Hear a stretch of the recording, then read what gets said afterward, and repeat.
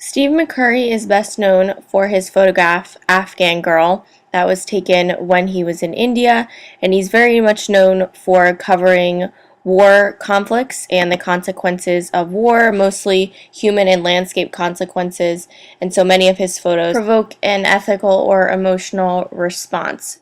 McCurry's photography philosophy is essentially to watch and wait on life to occur. So he takes experiences as they're happening in the natural state. This first photo McCurry took in 1979 after he crossed the Pakistan border, and he remembers how nice the Afghans were to him. They protected him and treated him like a guest, and so I believe this photo is him capturing his time, remembering it. The people in the photo all seem very relaxed, like they trust him. Their body language shows that they don't feel threatened by him. And the lighting suggests that it might be a little bit later in the afternoon. It looks like they're eating or drinking something.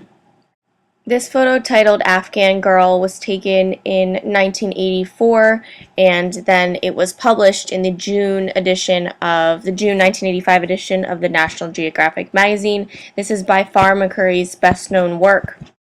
He's recognized for this photo, and not only are the colors very, very bold, but her expression definitely tells a story, especially through her eyes. I think that's the thing that is the most powerful about the photo, is her eyes and how much of just a story facial expressions tell. And McCurry, from the images that I've seen, is very, very good at capturing the story.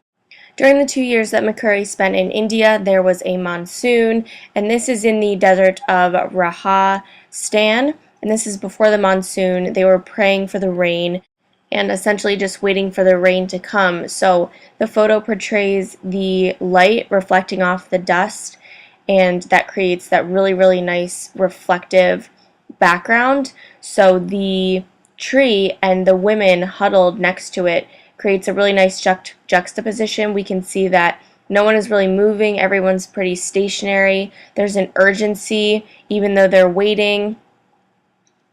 This is a photo that happened after the monsoon, and I love this photo because it really shows the effects that the monsoon had on some of the people. The thing I like about McCurry is that the angle of his subjects doesn't vary a ton. It's pretty much him standing up straight like that and getting kind of a straight face shot of everybody. So I really like this photo because the dark stone background also emphasizes the people even more because of this lighter skin tones of the subject. So you really see just the subject, how they're feeling, and really the emphasis of the story of how they're feeling about the monsoon. This photo was taken in Kashmir, also when McCurry was spending his time in India, between India and Pakistan. And I love this photo because there is not only just the boy. This is one of the photos where the subject is not super close. We also get to see some of the background, and that background shows the lightness of the sky with the warmth of the leaves and showing the kind of mix of the colors there. And it also shows that there's a refuge in this tree that the boy has found. McCurry took this last photo of a man in Burma, and the entire subject of the photo is the man. It really gives the subject an equality, the fact that McCurry is standing at a eye-to-eye level with him and gives more of an experience.